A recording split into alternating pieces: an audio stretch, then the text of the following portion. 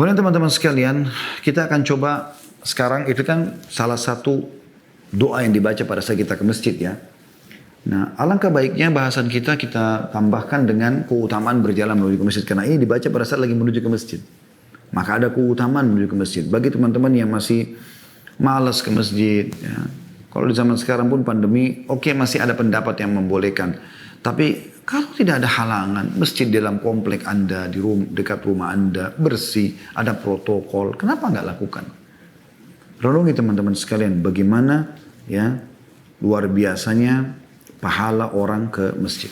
Yang pertama, riwayat dari Abu Hurairah radhiyallahu anhu bahwasanya Nabi SAW bersabda, "Ala adullukum ala ma yamhullahu bihil khataya wa yarfa' bihid darajat." Mau enggak kalian aku tunjukkan kepada kalian suatu amalan yang dapat menghapus dosa-dosa dan meninggikan derajat? Qalu bala ya Rasulullah. Mereka semua mengatakan tentu wahai utusan Allah. Qala isbagul wudu'i 'alal makarih. Ya. Dia mengatakan yaitu menyempurnakan wudu dalam kondisi sulit, lagi musim dingin, udah ngantuk mau tidur, batal wudu sudah rapi terus mau wudu lagi ya dan seterusnya. Kemudian yang kedua adalah banyaknya langkah menuju ke masjid. Ini salah satu yang paling banyak menghapuskan dosa dan mengangkat derajat di surga. Setelah itu kata Nabi SAW dan juga menunggu sholat setelah sholat. Itulah ribat, artinya mengikat diri di jalan Allah. Itulah kebaikan yang banyak. Hadis riwayat Muslim nomor 251. Tapi saksi bahasan kita dari 3 perbuatan ini adalah banyak langkah menuju ke masjid. Juga dalam riwayat Abu Musa radhiyallahu anhu bahwasanya Rasulullah SAW bersabda, "A'dhamun nasi ajran fi sholati ab'aduhum fa ab'aduhum mamsha walladhi yantadhiru as-salata hatta yusalliyaha ma'al imam a'dhamu ajran min alladhi yusalli thumma yanam." Orang yang paling banyak mendapatkan pahala dalam sholatnya adalah orang yang paling jauh jarak rumahnya ke masjid. Karena paling jauh jarak perjalanan menuju ke masjid itu berarti lebih banyak pahalanya, gitu kan? Dan orang yang menunggu sholat hingga dia melaksanakan sholat bersama imam itu lebih baik, besar pahalanya daripada dia melaksanakan sholat kemudian tidur. Hadis riwayat Bukhari Muslim. Bukhari nomor 651, Muslim nomor 662. Kemudian juga Ubay bin Ka'ab meriwayatkan radhiyallahu anhu bahwasanya dia berkata, "Kana rajulun la a'lamu rajulan ab'ada minal masjid minhu." Beliau mengatakan Ubay radhiyallahu anhu, "Aku pernah melihat ada seseorang laki-laki yang tidak ada orang aku lihat lebih jauh rumahnya dari masjid. Wa kana la tukhti'uhu shalah." Tapi tidak pernah ketinggalan sholat. Azan udah di masjid. Tidak pernah ketinggalan sholat qabliyah, tidak pernah ketinggalan takbiratul ihram. Tidak pernah masbuk dia. Qala faqilalah au qultu lahu. Dikatakan dalam riwayat ini, lalu dikatakan padanya atau aku berkata padanya, maksudnya kata Ubay, "Lau ishtaraita himaran tarkabuhu fil dhalma wa fil ramdha." Kalau seandainya kau membeli seekor keledai yang bisa kau pakai saat gelap dan juga pada saat matahari lagi panas. Untuk ke masjid maksudnya. Pakai transportasi kendaraan. Qala ma yasurruni anna manzili ila jambil masjid. Aku terus terang tidak ingin rumahku di sebelah masjid. Inni uridu an yuktaba li mamsyaya ilal masjid. Karena aku pengen perjalanan ke masjid ini dicatatkan oleh Allah SWT pahala tambahan. Wa ruju'i ila idza raja'tu ila ahli. Begitu juga pada saat saya pulang ke keluargaku. Dicatatkan semuanya pahala. Faqala Rasulullah SAW, "Qad jama'a Allahu laka dzalika kullah."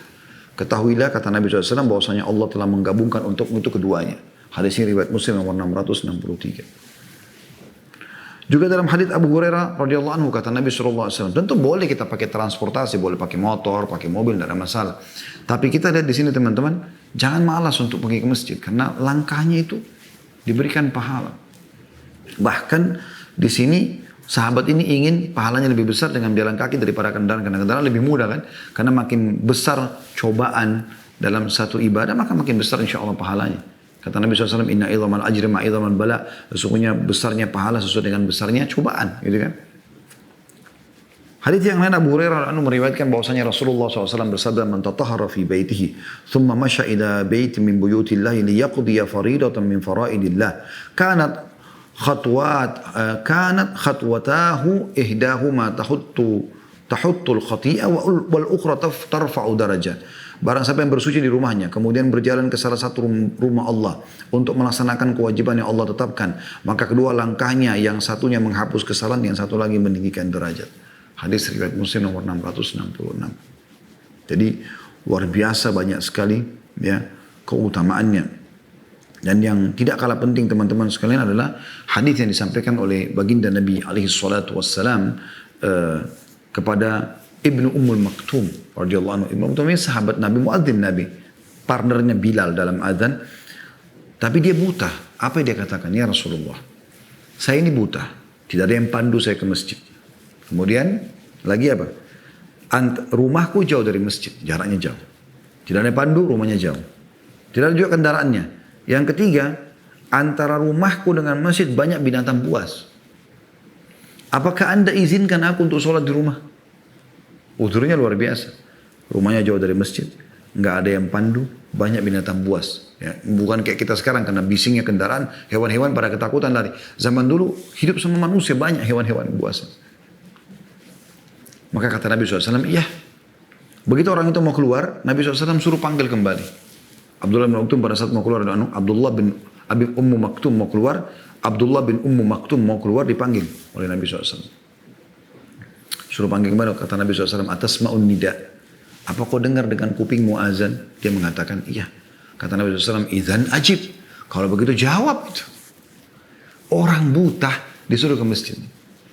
Teman-teman, kebahagiaan apa lagi yang kita mau gantikan dengan kita bisa menjawab panggilan Allah Azza wa Jal, hayya ala sholat, ayo sholat, hayya ala falah, ayo menuju kepada kemenangan. Menang dengan sholat. Anda mau perbaiki segala permasalahan, Anda perbaiki dari sholat Anda. Dia baik, baik semua yang lain. Dia buruk, ini akan mengganggu yang lain. Walaupun ada hadits yang menjelaskan itu terjadi pada hari kiamat, tapi ini bisa saja terjadi di dunia. Subhanallah, kita kalau lihat orang tidak sholat atau ada masalah dengan sholat, ini sudah sulit untuk kita ya jadikan sebagai pegangan.